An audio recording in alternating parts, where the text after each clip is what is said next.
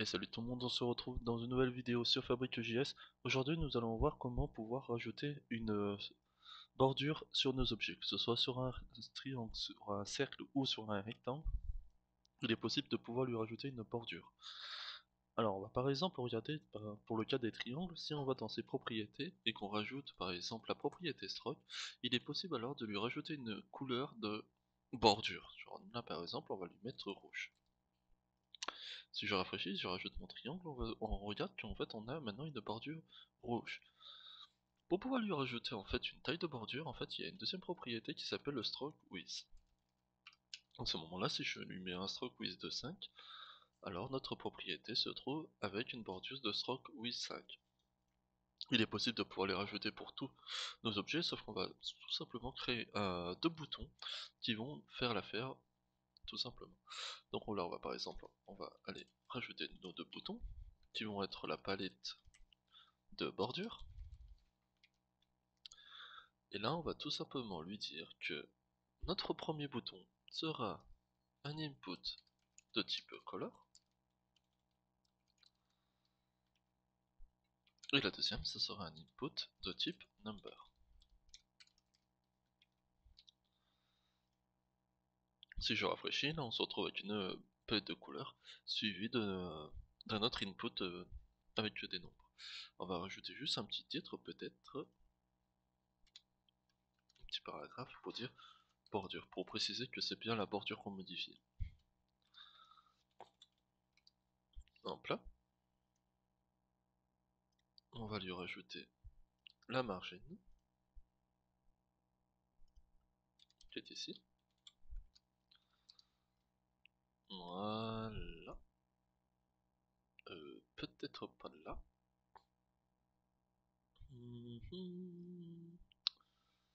Non, pas comme ça.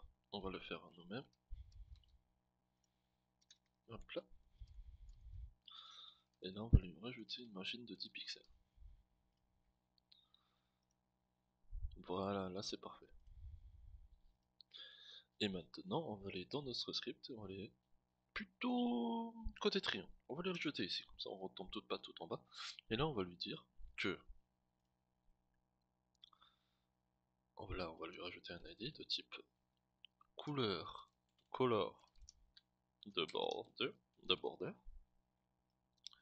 Et ici on va lui dire la size de la bordure. Hop. Donc color border qui va lancer un événement on change, donc qui va lancer une fonction. Et là on va faire un petit console log juste pour vérifier si on récupère bien la valeur de la couleur. Alors, ce n'est pas change. La dernière fois qu'on avait fait pour les changements de couleur, c'était pour l'événement. Ici, de couleur.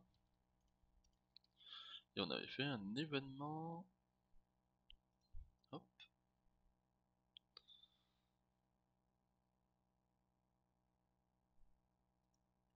On l'avait fait. Non, c'est pas type de couleur. C'est couleur. En input. C'était un événement en input. Voilà. On sauvegarde en rafraîchi. Et là, si je bouge, on récupère bien nos couleurs. Parfait. Donc là maintenant on va tout simplement dire que la bordure de notre objet sera, alors objet est égal à convey getActiveObjet, donc là on récupère notre premier objet. On va faire un objet de set de stroke, hop, et là on va lui dire que sa valeur sera celui de notre input. Et maintenant quand je rajouter par exemple, hop, non, on enlève le point virgule, je rajoute notre objet, et que je lui change sa couleur, alors ça va automatiquement, bien sûr si on oublie de lui rendre le rendu. Voilà. Et là maintenant si je change, ça nous change sa couleur de bordure. Alors je vais agrandir comme ça on va mieux voir, mais là on voit bien que ça change. Maintenant on voudrait que ce soit possible aussi pour notre size de bordure. Donc le size, alors on rajoute tout simplement size, et là cette fois-ci on va dire que le stroke width sera la valeur de notre size border. Et maintenant, je vais par exemple là, pour changer, rajouter un rectangle, on va dire que sa couleur ce sera par exemple noir, et là on va augmenter sa taille, on va même le réduire. Alors, bien sûr, comme vous pouvez le voir en fait on n'a plus les points à droite à gauche, et même si par exemple si je décale notre objet, vraiment on le décale, on voit que là, oulala, il est super grand. C'est tout simplement parce que il faut bien lui rendre en stroke with un integer. Voilà, tout simplement. Donc là je rajoute notre rectangle, je lui rajoute une couleur, et là je remonte sa taille. Et c'est pareil pour le cercle, ici, voilà, et ainsi de suite. Et après, bon, je voudrais en fait que quand on sélectionne un objet, on récupère aussi la taille de sa bordure. Une fois que ça le met à jour, plus sa couleur. Comme on l'avait fait précédemment pour le before. Pour les autres éléments. Donc là, on va descendre un peu plus bas. Dans before transform, on va lui dire que notre objet, hop,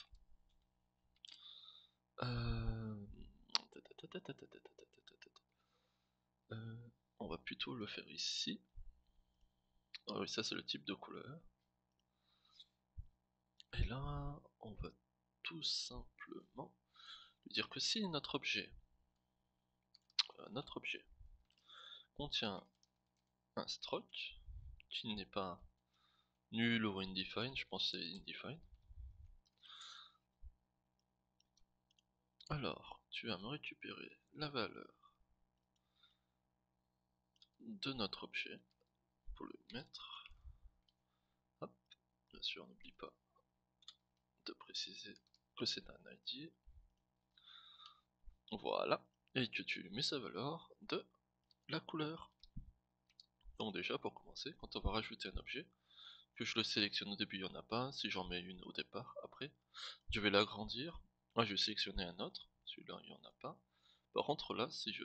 Ah oui, on va lui mettre une autre couleur. Celui-là, on va le mettre rouge. Si je sélectionne celui-là, ça me met bien la bordure que j'avais mis auparavant. Si je sélectionne celui-là, il me dira la couleur rouge. Et je vais faire pareil pour sa size. Donc là, c'est size border. Et là, on va lui mettre son stroke width. Je sauvegarde et je rafraîchis. Je rajoute un triangle.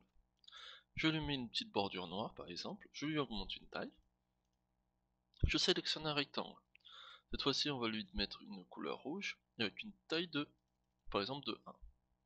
Je sélectionne celui-là, cela me met bien que c'est une taille 5 et de couleur noire. Si je sélectionne celui-là, ça me met une taille 1 de couleur rouge. Sauf que par exemple, si je sélectionne un autre qui n'en a pas, automatiquement, ça ne me met pas à jour. Et là, on va tout simplement mettre. Sinon, les valeurs de deux objets seront stroke width de 1, 1 par exemple, et là on va tout simplement mettre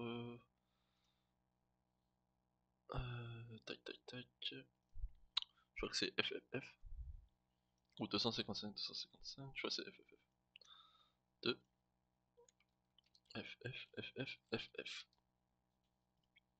Et maintenant, quand je ajoute un objet que je sélectionne automatiquement, ça me met qu'il n'y a pas de bordure et que c'est de taille 1, pareil pour la suite.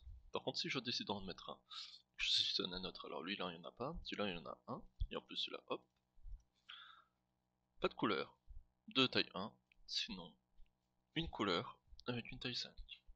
Et même d'ailleurs, peut-être que au lieu de 1, on va mettre 0.